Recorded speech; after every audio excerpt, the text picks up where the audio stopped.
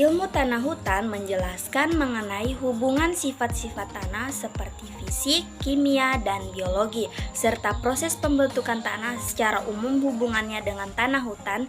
Ilmu tanah hutan akan menjelaskan bagaimana hubungan fisik tanah seperti tekstur, struktur, dan porositas pengaruhnya terhadap kemampuan tanah hutan menyimpan air dalam tanah. Selain itu, sifat kimia tanah akan menjelaskan terkait kesuburan tanah hutan dan bagaimana melakukan proses revegetasi terhadap lahan-lahan yang telah mengalami degradasi pasca dilakukan penambangan pada lahan hutan.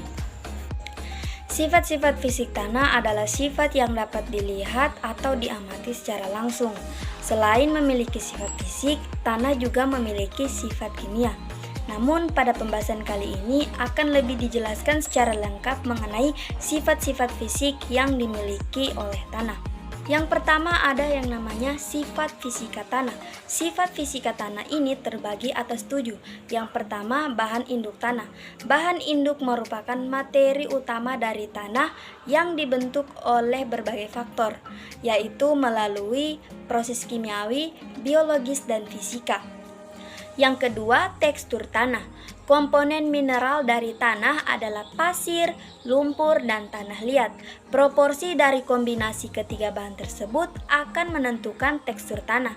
Hal yang dipengaruhi oleh tekstur tanah mencakup porositas, permeabilitas atau kemampuan menyerap, infiltrasi, dan kapasitas kandungan air. Yang ketiga adalah kepadatan tanah. Tingkat kepadatan tanah umumnya berkisar antara 2,6 hingga 2,75 gram dan biasanya tidak dapat berubah. Kepadatan partikel tanah yang banyak mengandung mineral organik lebih rendah daripada tanah yang sedikit mengandung material organik. Yang keempat adalah porositas tanah. Porositas mirip seperti kepadatan, hanya saja porositas berarti ruang kosong atau pori-pori di antara tekstur tanah yang tidak terisi dengan mineral atau bahan organik, tetapi terisi oleh air atau gas.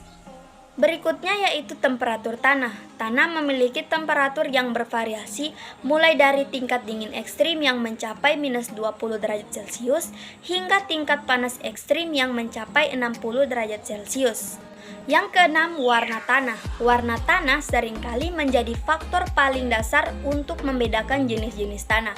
Umumnya, tanah ditentukan oleh kandungan material organik, kondisi drainase, mineralogi tanah, dan tingkat oksidasi.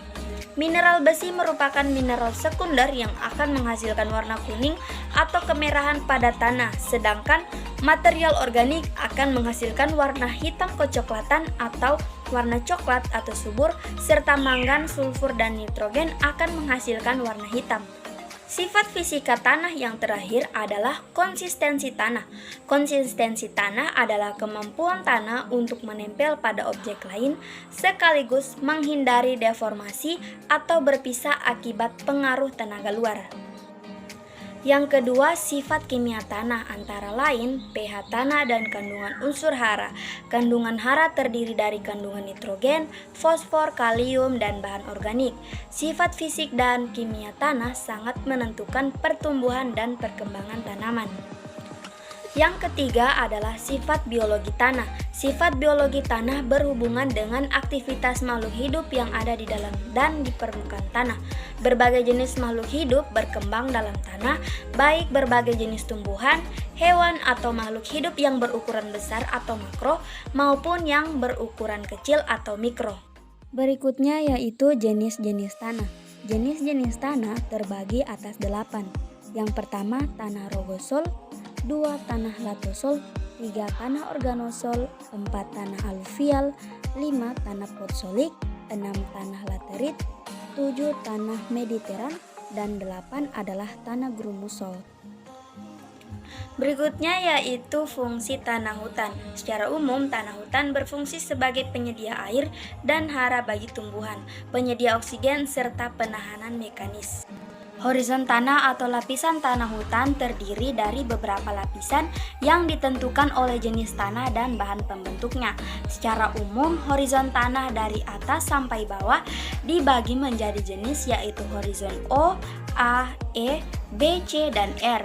Horizon O adalah lapisan tanah hutan yang terdiri dari bahan organik yang berasal dari hasil dekomposisi daun, batang, ranting, dan bagian tumbuhan lainnya. Selanjutnya, horizon A adalah lapisan tanah yang terdiri dari bahan mineral dan atau dengan campuran bahan organik dalam jumlah yang sedikit. Yang ketiga, horizon E merupakan lapisan tanah yang tidak selalu ada pada jenis tanah di suatu kawasan. Horizon ini terletak di antara horizon A dan B.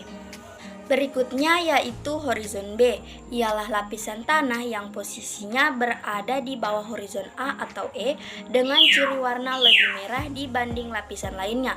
Warna merah tersebut disebabkan karena pedogenesis tanah. Tingkat kemerahan horizon B dapat menjadi parameter dengan menentukan tingkat oksidasi tanah akibat adanya kandungan besi oksida. Selanjutnya, horizon C, yaitu lapisan tanah muda yang baru mengalami perubahan dari batuan menjadi tanah. Horizon C tepatnya berada sebelum horizon R. Kemudian horizon R adalah lapisan yang menjadi bahan induk dan bisa kita sebut batuan. Lapisan ini pada nantinya akan menentukan sifat tanah yang akan terbentuk.